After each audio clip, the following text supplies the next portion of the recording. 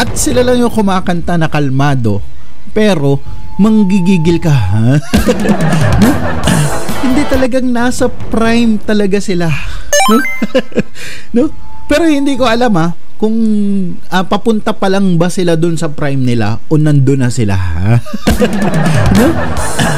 Kasi ang gagaling na nila talaga. Hi guys, ako nga pala si Dong A. At ngayon sa video po natin na ito, magkakaroon naman tayo ng reaction video. Medyo mataas yung camera ko, no? Sa paboritong banda ng lahat, ang Friends Rhythm. And guys, okay, isa na namang pong awit na galing sa Cranberries, no? And pag Cranberries yung atake nila, no? No? Kasi yung huling dalawang Cranberries na inatake nila, talaga namang no? Umangat talaga sila doon. Okay, Zombie tsaka yung Dreams. Okay, and you know, sobrang tindi nila doon sa dalawa na yon, no? And ayun, nakakakaba. Anyway, no, wala tayong dapat kabahan dahil alam natin ano yan, isa sa mga tawag dito, komportable, no, na tugtugin nila. So ito guys ay kantang Linger. So Linger, hindi ko alam kung paano siya i-pronounce. Okay, so Cranberries, no, cover by Friends Rhythm. Huwag na natin patagalin. Sa lahat ng mga nanonood sa akin, ang aking reaction video po ay magkakaroon ng mga putol post kung saan doon po ako nagbibigay ng reaction. Sa mga hindi po interesado, gusto lang mapanood ng buo itong video, mas maganda kung papanoorin po ninyo yung mismong original nito sa mismong channel po ng Friends Rhythm. Mas maganda po yun. Okay, so dito marami tayong daldal ang reaction. Okay, sige, let's go.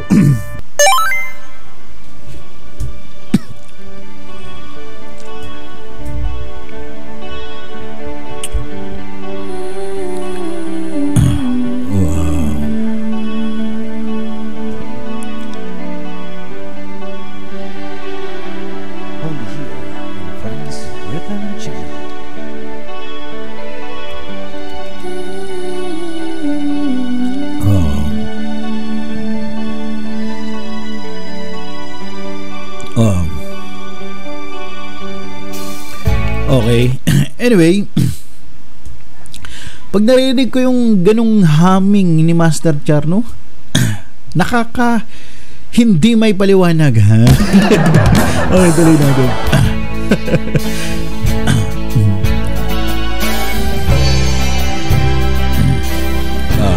Nice, no?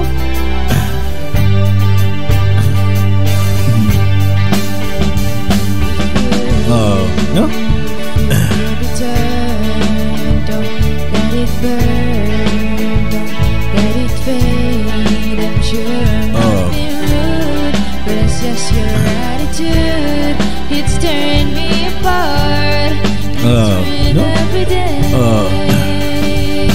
Kalmado lang yung kanta, no? Hindi, yung piyesa na yan na Cranberries, no? At sila lang yung kumakanta na kalmado, pero manggigigil ka, ha? Hindi, pero grabe mas nag-matured talaga sila, yung mga husay nila, no? Yung maturity, no?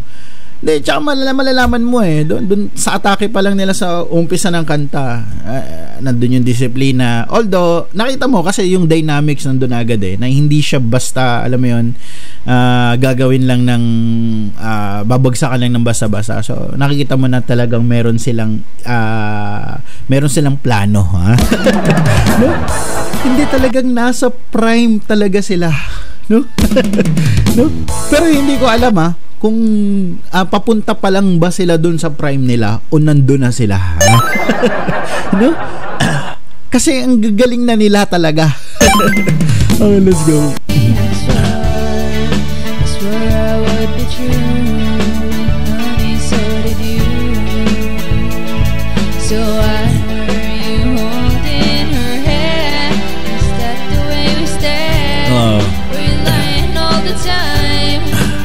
No? Talagang quality. Wow.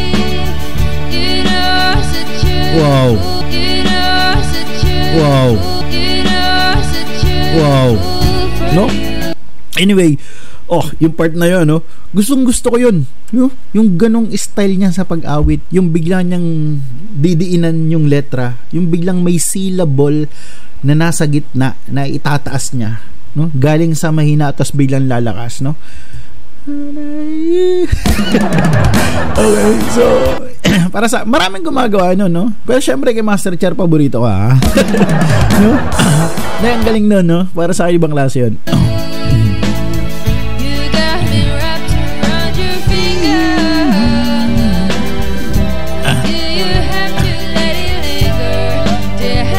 Wow, blending.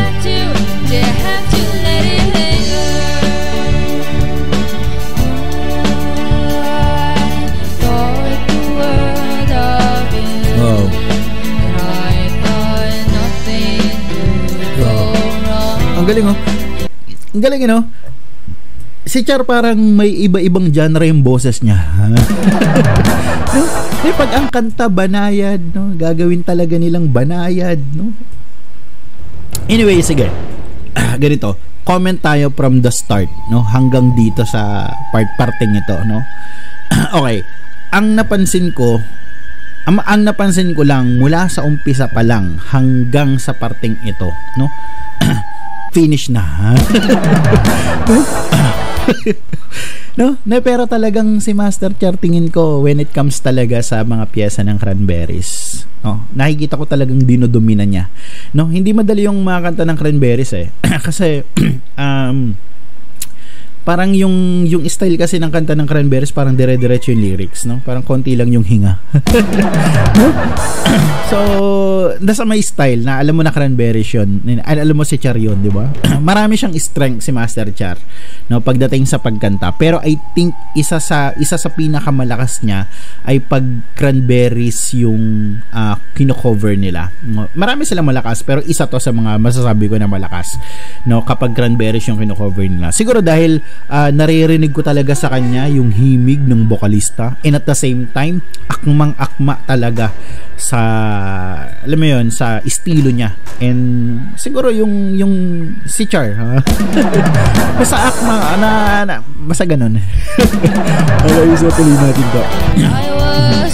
Nakakahindi may paliwanag. Balik natin ang konti. I was wrong. If you could get by, try not to lie. Things wouldn't be so confused, and I wouldn't feel so used. But you always really knew I just wanna be with you. But I miss you. But I miss you. But I miss you. You know, tsaka yung tagal niya dun sa dulo ng tono. Ano ba tawag doon, no? Kasi yung kung paano niya sinusustain, no? Parang inaangat eh. Hindi, umaangat talaga si Char, no? Pag Cranberries ang piyesa, no? Pero dito hindi lang talaga siya umaangat, lumilipad. No? Anyway, trademark niya yun eh, no? Ewan ko kung napansin niyo yun, no? Sa estilo ng pag-awit niya.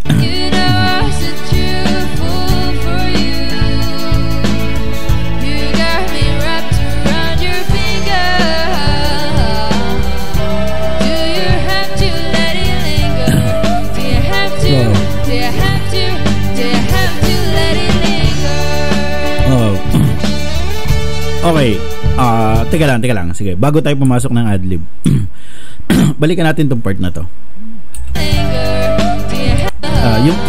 Yung blending ni Master Chen.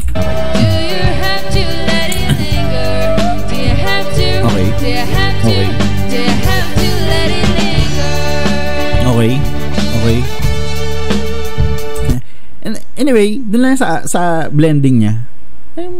Hindi siya typical na blending eh. Teka lang, sige, mamaya ako magko-comment doon. Adlib muna.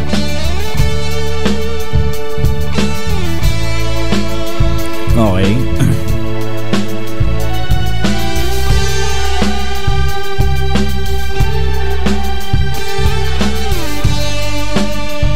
Okay. Okay. Okay, no? No?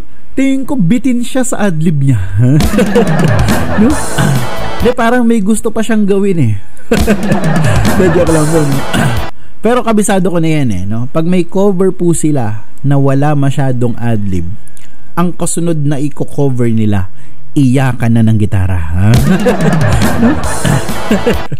But anyways, no, kudos sa adlib ni Master Chen. No? And yung sustain talagang malinis. Okay, so let's go.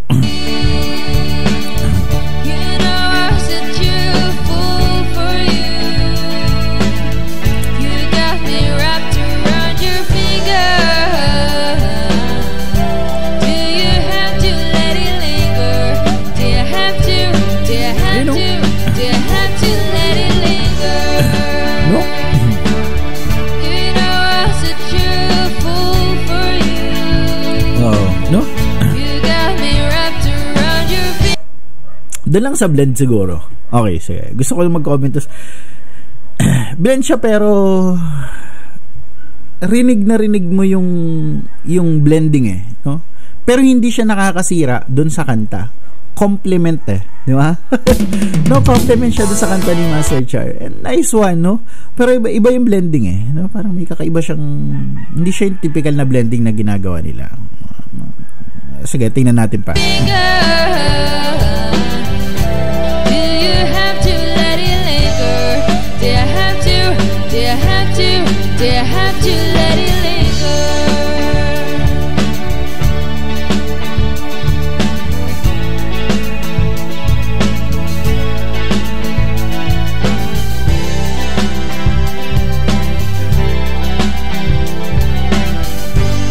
Wow. Kalmado lang eh, no? Hindi, meron yung blending talaga ni Master Chen kanina. Para siyang hindi ko alam eh, no? Basta pero ang galing nun, no? Highlights siya eh. Highlights. I've been naririnig talaga siya ng malinis, no? Pero hindi siya pumapatong dun sa mismong kanta ni Master Char, which is ang ganda kasi complement silang dalawa. Okay. Diba? Wow.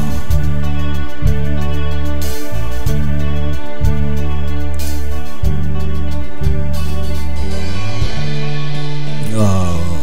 Alright. Very much for watching. Thank you for watching my okay.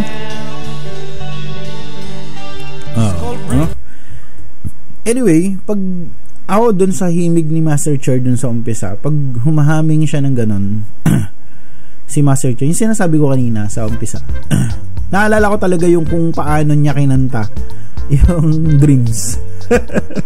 No? Cranberries din yun, di ba? So, yun, nakakakilabot yun, no? Sobrang lupit nun. Okay. And you know, for me kasi bagay sa kanya talaga yung yung piyesa ng Cranberries. Siguro yung style talaga niya sa pagkanta. Nangyari naman talaga yun, guys, no? Hindi naman masama magkumpara. Hindi naman sinasabi natin na kapag kinumpara natin isang bagay sa isang bagay, yun na din yun. Kumbaga, nakikita lang natin na merong similarity, may pagkakapareho dun sa and yun. So, ang galing ni Master Char, no? Sobrang lupit niya sa piyesang ganito. Si Char kasi marami siyang baong style, no? Pag sa isang kanta, no? Pag nagko-cover sila ng isang piyesa lang, pero ang dami ng baong style sa kanta na yun, no? Sana all, ha? No? So ganun ko siya nakikita, no? And napaka-flexible ng boses niya, no? And si Dudes, ang galing ni Dudes dun sa part niya, sa drums niya. Natutuwa ako kasi ang pogi ng palo niya. Di ba? Suabe lang, no? Kapag wala siyang ginagawa, pangiti-ngiti lang, ha? No? Pero kapag pumapalo siya, nakita mo seryoso siya. Pero nakita mo talaga yung level talaga ng skills nila, no? nadagdagan pa na nadagdagan na. No? Si tatay talaga umaapaw na yan eh. No? Siyempre, di ba, legendary na yan, no? Okay, sige. Yun lang po. Maraming salamat po sa lahat ng mga manonood, no? So, abangan na natin yung susunod na reaction video para sa kanila sa mga panibagong cover nila. Yung Now and Then, no? So, may plano kong susunod na yan. Okay, sige. Maraming salamat po sa inyo. Hindi ko na patatagalin muli. Ako po si Dong A.